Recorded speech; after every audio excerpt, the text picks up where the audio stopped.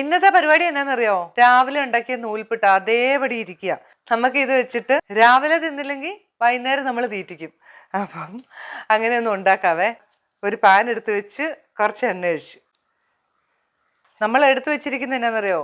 ഒരു ക്യാരറ്റ് അരിഞ്ഞു വെച്ചിട്ടുണ്ട്, ഒരു സവോള, പിന്നെ കുറച്ച് ക്യാബേജ്, ഒരു പച്ചമുളക്, കുറച്ച് കറിവേപ്പില, ഗ്രീൻ പീസ്, കുറച്ച് ചിക്കൻ, ഉപ്പും മഞ്ഞളും കൂടെ ചേർത്തിട്ട് ഒന്ന് വേവിച്ചിട്ട് ഇങ്ങനെ പിച്ചിപ്പറിച്ചൊക്കെ വെച്ചേക്കുക കേട്ടോ. കുറച്ച് മഞ്ഞൾപ്പൊടി, മുളക് പൊടി ഒക്കെ നമുക്ക് ചേർക്കണം, കുരുമുളക് പൊടിയൊക്കെ.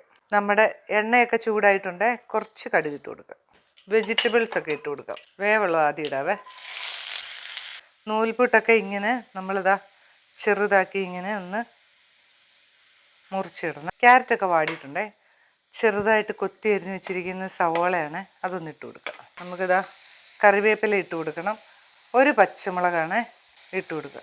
തക്കാളി ചെറുതാക്കി അരിഞ്ഞ് വെച്ചിട്ടുണ്ട്, അതും ഒന്ന് ഇട്ട് കൊടുക്കുക. അരിഞ്ഞ് വെച്ചിരിക്കുന്ന ക്യാബേജ്, നമ്മുടെ ഗ്രീൻ പീസ് ഇല്ലേ, ആ ഗ്രീൻ പീസും കൂടെ ഒന്ന് ഇട്ടേക്കാവേ. അതും കൂടെ ചേർത്തിട്ട് ഒന്ന് മൂടി വെച്ച് എല്ലാം ഒന്ന് വാടട്ടെ. അതിന് ശേഷം വേണം നമുക്ക് കുറച്ച് പൊടികളൊക്കെ ചേർത്ത് കൊടുക്കുക. മൂടി വയ്ക്കാവേ. ഒന്ന് തുറന്ന് നോക്കിയിട്ട് ഒന്ന് ഇളക്കാവേ. ഇനി ഇത് ഇച്ചിരി ഇങ്ങോട്ടൊന്ന് മാറ്റിയിട്ട് നമുക്ക് പൊടികളൊക്കെ ഇച്ചിരി ചേർത്ത് കൊടുക്കണേ. കുറച്ച് മുളക് പൊടി, ഒരു പിഞ്ച് മഞ്ഞൾപ്പൊടി, കുറച്ച് കുരുമുളക് പൊടി, ഒരു പിഞ്ച് ജീരകപ്പൊടി, ഇതെല്ലാം കൂടെ ഒന്ന് മിക്സ് ചെയ്യാം. ചെറുതാക്കി മുറിച്ച് വെച്ചിരിക്കുന്ന നൂൽപുട്ട് ഇട്ട് കൊടുത്ത് ഇളക്കിയെടുത്താൽ നമ്മുടെ പിള്ളേരെ പറ്റിക്കാനുള്ള സംഭവം റെഡിയാവും.